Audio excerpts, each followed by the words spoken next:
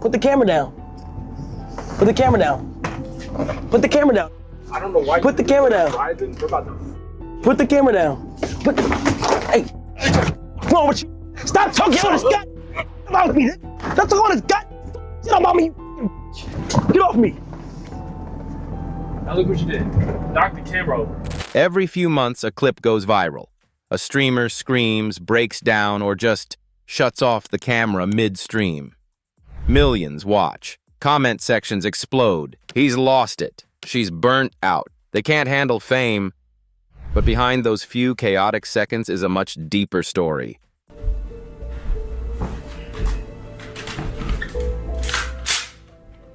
One about pressure, addiction, and the hidden cost of living your life for an audience that never sleeps.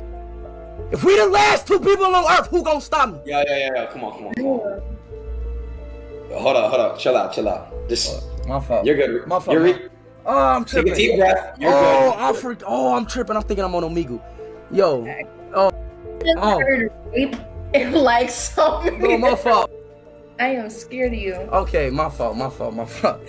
Today, we're pulling back the curtain on why streamers keep losing their minds on camera and what it's really doing to the people we call content creators. The pressure of being always on. Imagine being watched for 8 hours straight. Every word, every reaction, every silence, analyzed, clipped, and posted on Reddit before your stream even ends. That's the daily reality for creators like Kai Cenat or iShowSpeed, who broadcast their lives to millions. Streaming isn't just a job anymore. It's a lifestyle that demands constant performance. Kumar, can you do this? Back off, ma'am, guest lady. All right. With this sword, I vow to protect all kings. You can't have an off day. You can't seem tired. You can't even be quiet for too long without chat spamming L-stream. So you push harder, louder reactions, crazier stunts, more energy, until the real you disappears behind the persona. And that's where it starts, the slow, invisible drain of trying to stay on when you're mentally checked out. Because in streaming, if you stop moving, you disappear. But the pressure doesn't just come from the audience. It comes from the numbers. Numbers that measure your worth. Every streamer knows that feeling. You go live, glance at the viewer count, and your mood shifts instantly. Numbers become your heartbeat. 10,000 viewers? You feel unstoppable. Drop to 2,000. Suddenly you question everything. You start chasing validation not from people, but from metrics. And that's dangerous. Platforms like Twitch and Kick reward obsession. The more you stream, the more you're pushed. The more you grind, the better your visibility. It's a system that conditions you to tie your identity to analytics. Pokimane once admitted she became addicted to checking numbers every few minutes, even off-stream. She said, "It's like I didn't know who I was without the chat reacting." That's performance addiction, and it's growing fast. Studies now show nearly 1/3 of full-time streamers experience burnout. Because when your self-worth lives inside a dashboard, every dip feels like a personal failure. And when money joins the equation, things spiral even faster. The money trap and the illusion of freedom. Ask anyone why they started streaming, and you'll hear it. I wanted to make a living doing what I love. And for a few, it works. Big sponsors, merch deals, million-dollar contracts. But for most, the dream quickly turns into survival mode. One missed week can tank your income. One slip-up can get you demonetized. So streamers keep pushing through exhaustion, sickness, even depression. Because taking a break means losing money and relevance. It's a system where you can't win unless you never stop. Even success can be a trap. Kai Cenat once streamed for 30 days straight, barely sleeping, all to hit a sub record. He gained millions, but when it was over, he admitted he felt empty. Because when you're grinding 24/7, there's no time to actually feel the success. Sponsors love the energy. Fans cheer the consistency. But behind the camera, the freedom everyone talks about becomes a cage built out of views, contracts, and fear of fading away. And that fear, the fear of being forgotten, eats away at something even more fragile: your identity. Losing yourself in the stream persona. Most streamers start with genuine passion. They play games, joke around, share stories. It's real. But the longer they stream, the more a character starts to take over. Think of iShowSpeed. His chaotic energy made him one of the biggest streamers alive. But even he's said off camera that he sometimes feels trapped by that energy. Like he can't just be calm without chat saying speed fell off. The same thing happened with Ninja back in his Fortnite prime. He wasn't just Tyler Blevins anymore. He was Ninja, the meme, the brand, the symbol of hype. And when the hype faded, he struggled publicly to find his identity again. That's what psychologists call ego split. You start confusing your online self with who you actually are. And when those two versions collide, breakdowns happen. Streamers begin questioning everything. Who am I when the camera's off? Do people like me or the version I pretend to be? It's an emotional tug-of-war that no amount of subs or sponsorships can fix. But identity crises are just one part. When exhaustion hits the body, that's when things truly collapse. Burnout and breakdown. The crash live on camera. Burnout isn't just feeling tired. It's when your brain stops responding to motivation. When joy turns into dread. Creators like Lily Pichu and Pokimane have spoken openly about it. The headaches, numbness, loss of creativity. Others, like Ninja and Myth, quietly disappeared for months to recover.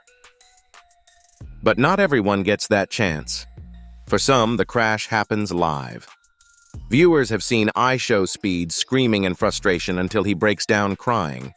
They've seen smaller creators burst into tears mid-stream after hate raids or failed goals. In those moments, the mask slips, and what we're seeing isn't entertainment anymore, it's pain. The chat doesn't always know how to react.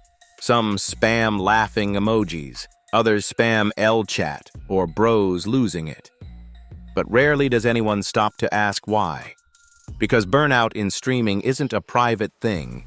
It's a spectacle. The collapse becomes content. Clips circulate. Algorithms boost it. And that just reinforces the cycle. The system profits off breakdowns. So how do you stop it? How can a streamer survive in a space that rewards overwork and punishes rest? Finding balance in a world that doesn't stop. Some streamers are learning the hard way. You can't outgrind burnout. The ones who've lasted the longest found ways to protect themselves. Pokimane, for example, now takes long digital detoxes and talks openly about therapy. Ludwig built a structured schedule, ending his streams at fixed hours, no matter what. Others are delegating, hiring editors, and treating streaming like a real job with breaks and off days. And that's what it takes. Boundaries. Because when everything in your life becomes content, you lose the line between living and performing. Another key change? Building real relationships offline. Creators who have genuine support systems, friends who don't care about views, handle the pressure far better. Even small habits help. Setting time limits, logging off socials, saying no to unnecessary collabs. These are tiny acts of rebellion in an industry that runs on endless noise. But there's still one question left, and it's the one few viewers ever think about. The audience's role in the breakdown. We, the viewers, are part of the story. Every time we click, comment, or clip a meltdown, we feed the system that burns creators out.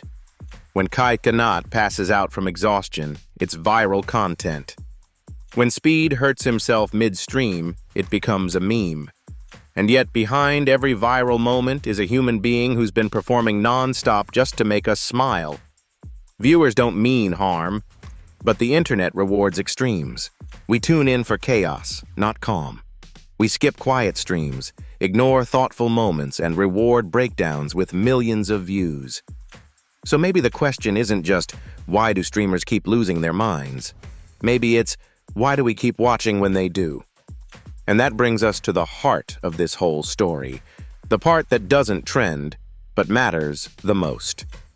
The real cost of streaming fame. Behind the flashy setups and sponsorships, streaming can be brutally lonely. You wake up in the same room you perform in.